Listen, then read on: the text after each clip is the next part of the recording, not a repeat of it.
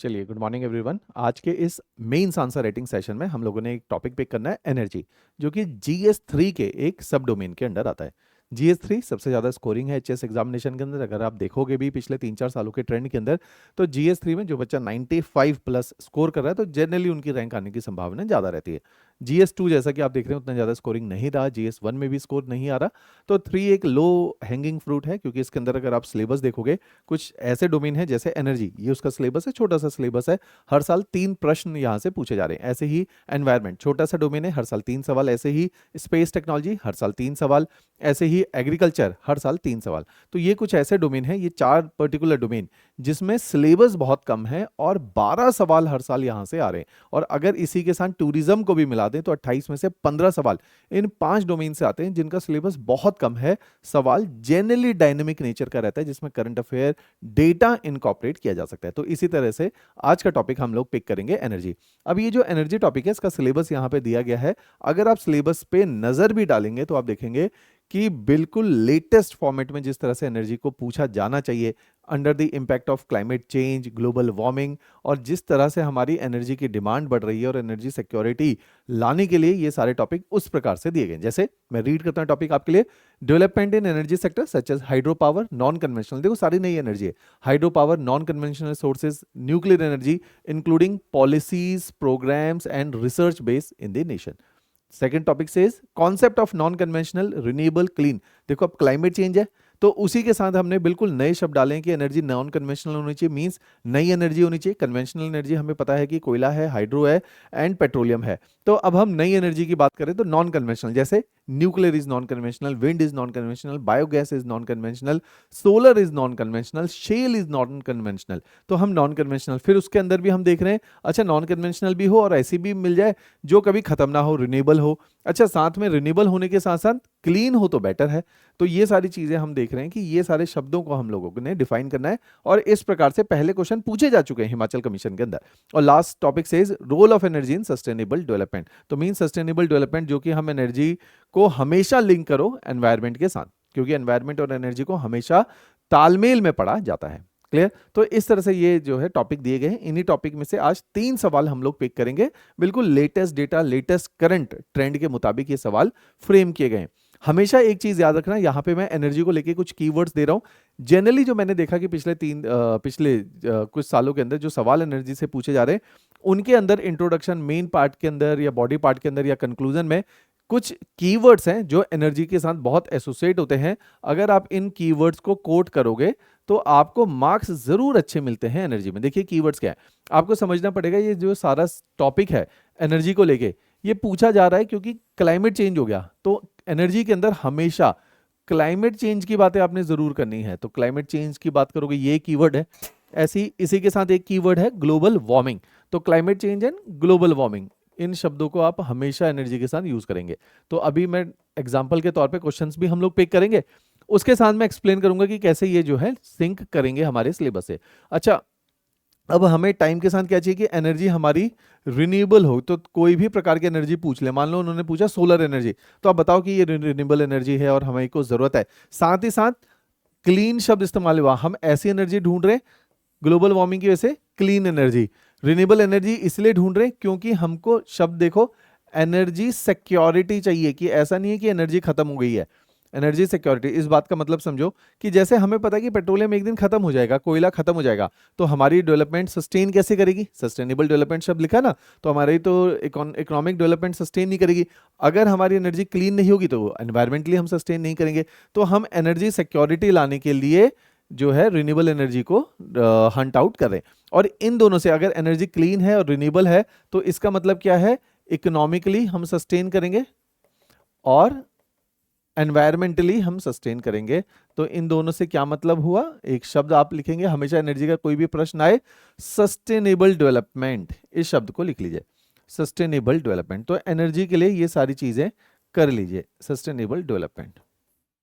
Clear? तो ये कुछ कीवर्ड्स हैं जो एनर्जी के डोमेन में आने हैं। फिर एनर्जी में हर एरिया के अंदर जो कि एक इंपॉर्टेंट पार्ट होता है, डेट इज डेटा। आपने डेटा डालना। अच्छा, सोलर पूछा, सोलर का डेटा, न्यूक्लियर पूछा, न्यूक्लियर का डेटा। साथ ही साथ कोई इंपॉर्टेंट उसको लेके स्कीम, कोई मिशन, कोई पॉलिसी, कोई प्रोग्राम, जो गवर्नमेंट ने फ्रेम आउट किया है उसको लिखो, साथ में डालो किसी ना किसी इंस्टीट्यूट का रेफरेंस, जैसे अच्छा जी नेशनल सोलर मिशन है हमारे पास, नेशनल विंड मिशन है ना, national action plan on climate change जो कि आपके एनवायरनमेंट के डोमेन में एक्सप्लिसिटली दिया हुआ है, national action plan on climate change NAPCC। तो ये कोड किया जा सकता है, साथ में कोड किया जाता है कोई और, जैसे नेशनल, अब आज हम कोड भी करेंगे, नेशनल विंड एनर्जी इंस्टीट्यूट है, उसने बोला कि भैया एनर्जी का जो पोटेंशियल है, विंड एनर्जी का पोटेंशियल भारत के अंदर 340 गीगावाट का है, तो हमने इंस्टीट्यूट को कोड कर दिया। तो किसी संस्था को, इंस्टीट्यूट को कोड कर देंगे, है ना। कोई करंट अगर न्यूज में रही है, करंट अफेयर रहा है, उसको कोट करेंगे। जैसे COP26 के अंदर हमने टारगेट लिया था कि अब से जो है हमारी एनर्जी की डिमांड, एनर्जी जो है 500 गीगावाट हम ग्रीन एनर्जी प्रोड्यूस कर देंगे, और ये टारगेट कब तक का लिया है, 2030 का। तो राइट, तो ये कुछ एक करंट अफेयर भी इनकॉर्पोरेट करेंगे। तो एनर्जी के अंदर ये सारे कीवर्ड के साथ आप लेकर जाएंगे। क्लियर? तो इन बातों का आपने ध्यान रखना है एनर्जी के प्रश्नों के अंदर। चलिए सबसे पहला प्रश्न देखते हैं। 3 प्रश्न है जो कि आज हम लोगों ने पिक किए हैं। एक प्रश्न है कि पूछा गया है कि भारत के अंदर विंड एनर्जी का क्या पोटेंशियल है, तो इसको अप्रोच करना सीखेंगे कि विंड एनर्जी का क्या पोटेंशियल है। फिर पूछा गया है कि अच्छा describe the potential and limitation of hydro power, ये भी एक्सप्लिसिटली मेंशन्ड है ना अभी सिलेबस में, हमने देखा, क्योंकि हाइड्रो पावर लिखा हुआ है, अच्छा रिन्यूएबल लिखा हुआ है, तो हमने विंड एनर्जी को पिक कर लिया उस टॉपिक से। एक और पूछा गया कि explain why India needs renewable and clean energy, की कॉन्सेप्चुअली हमें चाहिए भी क्यों रिन्यूएबल और क्लीन एनर्जी, इसके ऊपर चर्चा कीजिए और इसके बारे में बताइए कि क्यों चाहिए। राइट, तो 3 सवालों को हम लोग पिक कर रहे हैं, starting with the very first question.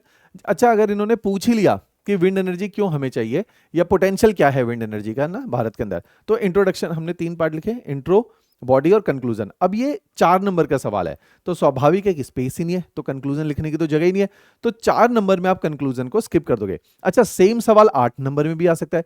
यदि 8 नंबर में आ जाए तो आप इसमें थोड़ी सी लेंथ को स्ट्रेच कर लोगे बॉडी पार्ट की, और कंक्लूजन में जो है 2-3 लाइनें भी लिखोगे ताकि आप उस स्पेस को कॉम्पनसेट कर पाओ। तो इस तरह से हम 4 और 8 नंबर में इस क्वेश्चन को डाल सकते हैं अकॉर्डिंग टू दी, कि हमें 4 में पूछा गया तो अपने कंटेंट को थोड़ा सा प्रून कर देंगे, अदरवाइज 8 में पूछा गया तो कंटेंट को थोड़ा सा स्ट्रेच आउट कर देंगे। अब इन्होंने पूछा कि पोटेंशियल बताइए विंड एनर्जी का, इंट्रोडक्शन क्या होगा। हमेशा कभी भी कोई एनर्जी का क्वेश्चन आ जाए, हमेशा ये एड्रेस करो कि एनर्जी का क्वेश्चन पूछा क्यों गया है, ऐसा क्या हो गया कि आज एनर्जी के ऊपर सवाल आ गया, तो वाई। तो हमेशा वाई को आंसर करो इंट्रो में, इस बात को लिख लीजिए। वाई का मतलब क्या है कि इन्होंने पूछा है कि विंड एनर्जी का क्या पोटेंशियल है। मैं पूछता हूं कि विंड एनर्जी क्यों पूछा गया है, कि आज ऐसा क्या हो गया कि विंड एनर्जी को पूछा जाना चाहिए। तो कीवर्ड्स जो मैंने अभी लिखवाए थे वो सब इंट्रोडक्शन में आएंगे। तो आप बताओगे कि why we need wind energy, और डेटा कोड करोगे कि भारत का अभी स्टेटस क्या है विंड एनर्जी का। तो इससे एग्जामिनर को लगेगा हाँ आपको इन डेप्थ नॉलेज है, आपको कॉम्प्रिहेंसिव नॉलेज है, ऑर्गेनिकली आप चीजों को समझे, और साथ में आप अपने आर्ग्यूमेंट को सपोर्ट करने के लिए कुछ डेटा भी कोड करते हैं। फिर बॉडी पार्ट में एग्जैक्टली बता दोगे कि क्या पोटेंशियल भारत के अंदर विंड एनर्जी का है, कि national institute of wind energy ने बताया कि भाई भारत के अंदर ये पोटेंशियल है और ये सारी साइट्स हैं जहां पे विंड एनर्जी डाली जा सकती है। इसमें एड ऑन क्या करोगे, भारत के अंदर जो बड़े विंड प्लांट्स है, जैसे तमिलनाडु का बहुत बड़ा विंड प्लांट है और गुजरात और राजस्थान के अंदर विंड प्लांट्स है, उन विंड प्लांट को मेंशन करोगे आपकी, ये भारत के बहुत बड़े बड़े विंड प्लांट्स और सबसे लार्जेस्ट विंड प्लांट माने जाते हैं। तो इस तरह से आपने इसमें करंट अफेयर भी इनकॉर्पोरेट कर दिया और डेटा भी आप लोगों ने साथ में डाला है। तो इस तरह से आपने इसको साइट करना था। अब देखिए, अब सिंपल है कि क्यों चाहिए विंड एनर्जी, हमें चाहिए क्लीन एनर्जी। क्या क्या कीवर्ड आ जाएंगे इंट्रोडक्शन में, कि India needs wind energy because wind is a clean energy, it's a renewable energy, और एनर्जी इंडिया की एनर्जी सिक्योरिटी के लिए विंड एनर्जी बहुत इंपॉर्टेंट है, क्योंकि with the passage of time we are looking forward for sustainable development. तो wind उसके अंदर एक अहम भूमिका निभा सकती है। एंड ये हो गया इंट्रोडक्शन। बॉडी पार्ट में आ जाएगा पोटेंशियल को लेके, कि national institute of wind energy ने आइडेंटिफाई किया है कि भारत के अंदर 540 गीगावाट का पोटेंशियल है at the height of 100 metre, और हमने 3 एरियाज आइडेंटिफाई किए हैं primarily for wind energy, wind mills की लोकेशन के लिए। वो एरिया है जो हम लोगों ने बैरन और अनकल्टिवेटेड लैंड को घोषित कर दिया है, जिसको लगता है कि कैसे भी करके ये लैंड वापस एग्रीकल्चर में नहीं लाया जा सकता, तो बेस्ट सुटेबल है इस लैंड का यूज कि इसको विंड एनर्जी में डाइवर्ट किया जाए। तो ऐसे हमने राजस्थान के अंदर बहुत सारे एरियाज आइडेंटिफाई किए, क्योंकि वहां पे विंड अनअबेटेड चल रही है और वहां पे जमीन बंजर भी है, किसी काम की नहीं है, तो उसको इस्तेमाल कर लिया। ऐसे ही गुजरात में रन और कच्छ और बाकी सारे एरियाज को इस्तेमाल कर लिया। और ऑफ शोर, देखो ये स्कीम है विंड एनर्जी की, ऑफशोर विंड एनर्जी प्रोग्राम के अंडर हम लोगों ने आइडेंटिफाई किया कि भारत में ऑफशोर विंड एनर्जी का बहुत पोटेंशियल है, क्योंकि इसमें लैंड एक्विजिशन का कोई इशू नहीं है और लगातार अनअबेटेड विंड चलने की वजह से एनर्जी प्रोडक्शन बहुत ज़्यादा इसके अंदर रहता है। तो इस तरह के आपने गवर्नमेंट के पॉलिसी प्रोग्राम भी बताने हैं, और इसी के अंदर आपने नेशनल विंड मिशन के अंदर आपने बताना है कि नेशनल विंड मिशन के अंदर हमने 2030 में 140 गीगावाट विंड एनर्जी प्रोड्यूस करने का टारगेट भी अपने सामने रखा है। तो आपने सारी चीजें बता दी। तो इस तरह से आपने इस सवाल को अप्रोच करना था, और इसी सवाल के लिए अगर आप देखोगे तो ये जो आज सेशन हम YouTube पे ले रहे हैं, इसी के लिए हमारे टेलीग्राम के ऊपर ये PDF फाइल शेयर की जाएगी। तो इस PDF के अंदर काफी सारा अच्छा कंटेंट दिया गया है, डिटेल में आंसर दिया गया है, डेटा दिया गया है, बहुत उपयोगी है आपके लिए। क्लियर? चलिए अगला सवाल देखते हैं। अगला सवाल कहता है कि describe the potential and limitation of hydro power development in India. 8 marks का सवाल है। तो हमने पूछा कि हाइड्रो का क्या पोटेंशियल है और क्यों नहीं डेवलप हो पा रहा, क्या लिमिटेशन है। तो इसका मतलब क्या है, आपने इंट्रोडक्शन में बताने कि भाई जो मैंने बोला वाई को आंसर करो। हाइड्रो आज क्यों पूछ लिया, पहले तो हाइड्रो के ऊपर इतना जोर नहीं था, तो हाइड्रो में ऐसी क्या खास बात है, तो वाई को आंसर करो। फिर डेटा डालो कि अभी हाइड्रो के साथ भारत की क्या स्थिति हमें देखने को मिलती है। तो डेटा हमेशा एनर्जी के अंदर याद रखना, डेटा जरूर डालो, आपको अच्छे मार्क्स मिलेंगे। ऐसे ही बॉडी में इसी बात को बता दो भाई क्या पोटेंशियल है हाइड्रो का और क्यों नहीं डेवलप हो पा रहा, लिमिटेशन हमें क्या सामने को देखने को मिली। तो 2 पैराग्राफ के अंदर ये चीज बताई जा सकती है। फिर कंक्लूजन बताओ, क्योंकि इन्होंने समस्या पूछी है कि लिमिटेशन क्या आ रही है, तो समाधान आप हमेशा दो, सॉल्यूशन हमेशा दो कि क्या किया जा सकता है हाइड्रो को लेके, क्योंकि कुछ समस्याएं पैदा हो रही हैं। एक एक करके देखते हैं। सबसे पहले इंट्रोडक्शन में आप बताएंगे कि हाइड्रो जो है ये रिन्यूएबल एनर्जी है, ये क्लीन एनर्जी है और हमारी एनर्जी सिक्योरिटी के लिए बहुत इंपॉर्टेंट है, क्योंकि सस्टेनेबल डेवलपमेंट करने का हम लोगों ने वादा किया है। सिंपल सारे 4 कीवर्ड जो मैं बार बार बोल रहा हूं वो आ चुके हैं। साथ ही साथ हाइड्रो पावर हमारी एनर्जी बास्केट को डाइवर्सिफाई करने के लिए बहुत जरूरी है। तो एनर्जी बास्केट के डाइवर्सिफिकेशन के लिए भी हमें डिफरेंट डिफरेंट टाइप की एनर्जीज को चाहिए होता है।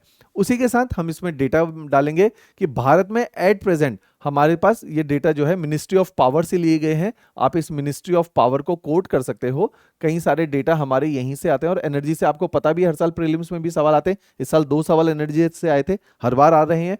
तो एट प्रेजेंट भारत में 47 गीगावाट एनर्जी जो है विंड एनर्जी से प्रोड्यूस हो रही है, और मिनिस्ट्री ऑफ पावर बोलती है टोटल जो एनर्जी प्रोडक्शन है भारत के अंदर वो 405 गीगावाट है।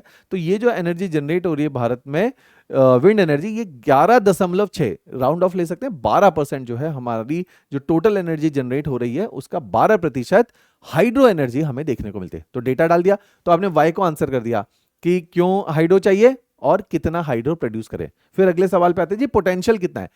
मिनिस्ट्री कहती है कि भारत में जो हाइड्रो का पोटेंशियल है हमने केवल उसका 26% इस्तेमाल किया है, बहुत बड़ा पोटेंशियल अभी भी भारत का इस्तेमाल नहीं हुआ। डेट कम्स क्लोज टू की 200 गीगावाट का पोटेंशियल हम हाइड्रो का आइडेंटिफाई करके बैठे हुए। तो उसके आसपास हमें हाइड्रो पोटेंशियल को कर सकते हैं, primarily in the north eastern part of India, क्योंकि अगर आप हिमालयन बेल्ट में देखोगे तो हाइड्रो को काफी ज्यादा इस्तेमाल किया गया है।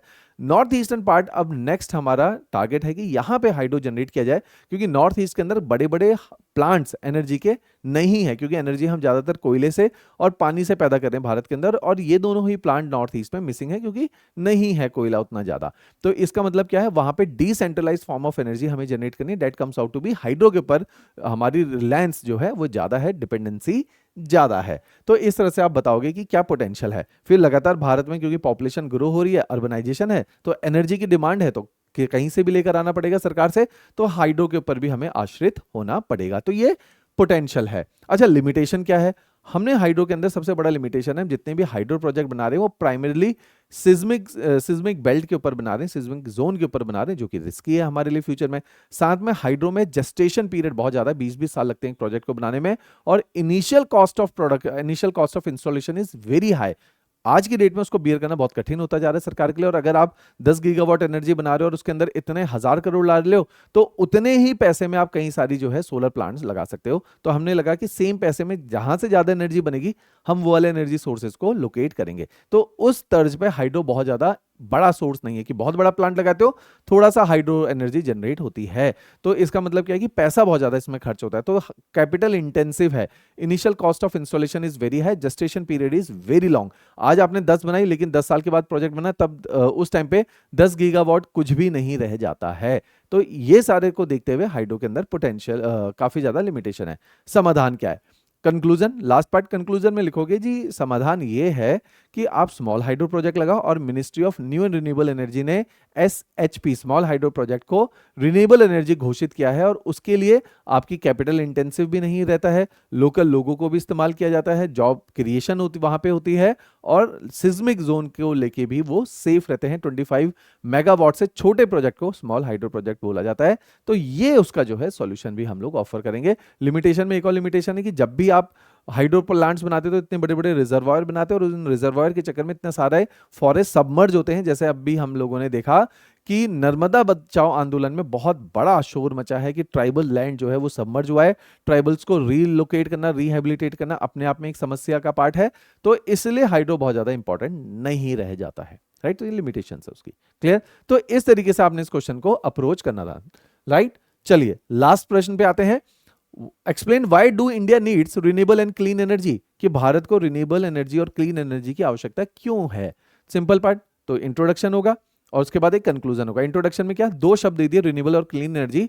पहले इनकी व्याख्या कर लेते हैं। तो हम बता देंगे रिन्यूएबल एनर्जी वो एनर्जी है जो कभी ना खत्म हो। ये इसलिए चाहिए क्योंकि हमें सस्टेन्ड इकोनॉमिक ग्रोथ के लिए एक ऐसा एनर्जी का सोर्स चाहिए ताकि एनर्जी आपकी कल को ना खत्म हो जाए, ताकि आपकी सारी इंडस्ट्रीज, सारा कंट्री और इकोनॉमी स्टैंड स्टिल पे आ जाए। तो इसलिए रिन्यूएबल एनर्जी, क्लीन एनर्जी इसलिए चाहिए क्योंकि एनवायरमेंटली सस्टेन करने के लिए हमें ऐसे एनर्जी के स्रोत को आइडेंटिफाई करना पड़ेगा जिसके इकोलॉजिकल फुटप्रिंट्स ना हो। बाकी आप देखेंगे जो हमारे कन्वेंशनल एनर्जी रिसोर्सेज हैं प्राइमरली उनके इकोलॉजिकल फुटप्रिंट्स और एनवायरमेंटल फुटप्रिंट्स बहुत हाई है, इसलिए हमें क्लीन एनर्जी भी चाहिए।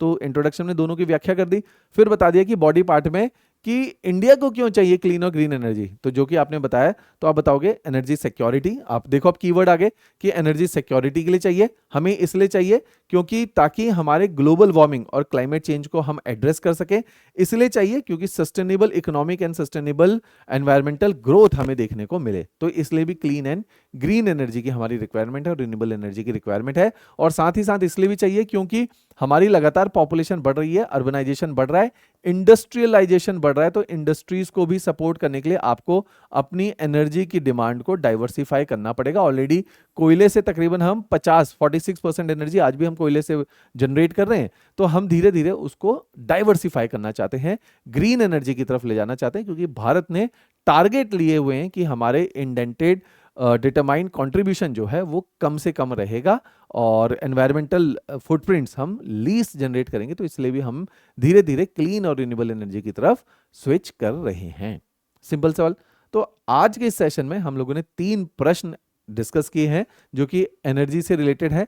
मैं बार बार आपको दिखा रहा हूं, ये फोकस एरिया है एनर्जी में। अगर आप कीवर्ड्स नहीं लिखोगे, डेटा नहीं डालोगे और वाई को एड्रेस नहीं करोगे तो बहुत अच्छे मार्क्स नहीं मिलेंगे। और एनर्जी का मतलब है एक सवाल 8 नंबर का आ रहा है और जनरली 2 सवाल 4 नंबर के आ रहे हैं, तो ऑन एन एवरेज 16 नंबर का एनर्जी से जो है सवाल आ रहा है। तो जैसे मैंने बोला कि टोटल 5 डोमेन है, उन 5 डोमेन से 15 सवाल जो है पूछे जा रहे हैं और 15 सवाल की जो वेटेज है that comes out to be nearly 120 to 130 marks. तो ये बहुत ज्यादा मार्क्स हैं 200 में से। इकोनॉमी का पोर्शन काफी कम है एज कंपेयर टू कि आप 15 ही कर लो और बाकी टोटल 28 है। तो हम क्या करेंगे कि इकोनॉमी में 9 सवाल पूछे जा रहे हैं, 6 सवाल नेशनल इकोनॉमी से, 3 सवाल हिमाचल की इकोनॉमी से। तो इनके ऊपर ये 9 सवाल 15 के साथ है। तो इस तरीके से आप अपने फोकस को भी शिफ्ट करते रहोगे। ये वाले टॉपिक्स जो कि मैंने बताया, ये 5 टॉपिक, ये जनरली लो हैंगिंग फ्रूट है। आप पढ़ोगे तो आपके पढ़े में से आने की संभावनाएं ज्यादा रहेंगी। क्लियर। अगर इस साल कई सारे बच्चे हैं, अगर इस साल आप लोगों का एचएस प्रीलिम्स क्वालिफाई हो रहा है तो जरूर एक हम लोगों का प्रोग्राम चल रहा है जिसका नाम है कंटेंट एनरिचमेंट प्रोग्राम, अतुल्य प्रोग्राम। पहले भी से काफी रैंक्स आई हैं और ये प्रोग्राम काफी अच्छा रहता है उन विद्यार्थियों के लिए जो लगातार मेंस दे रहे हैं लेकिन उसको क्वालिफाई नहीं कर पा रहे, अपने कंटेंट को अपग्रेड करना चाहते हैं, उनके लिए ये अतुल्य प्रोग्राम रहेगा। क्लियर। चलिए, थैंक यू एवरीवन।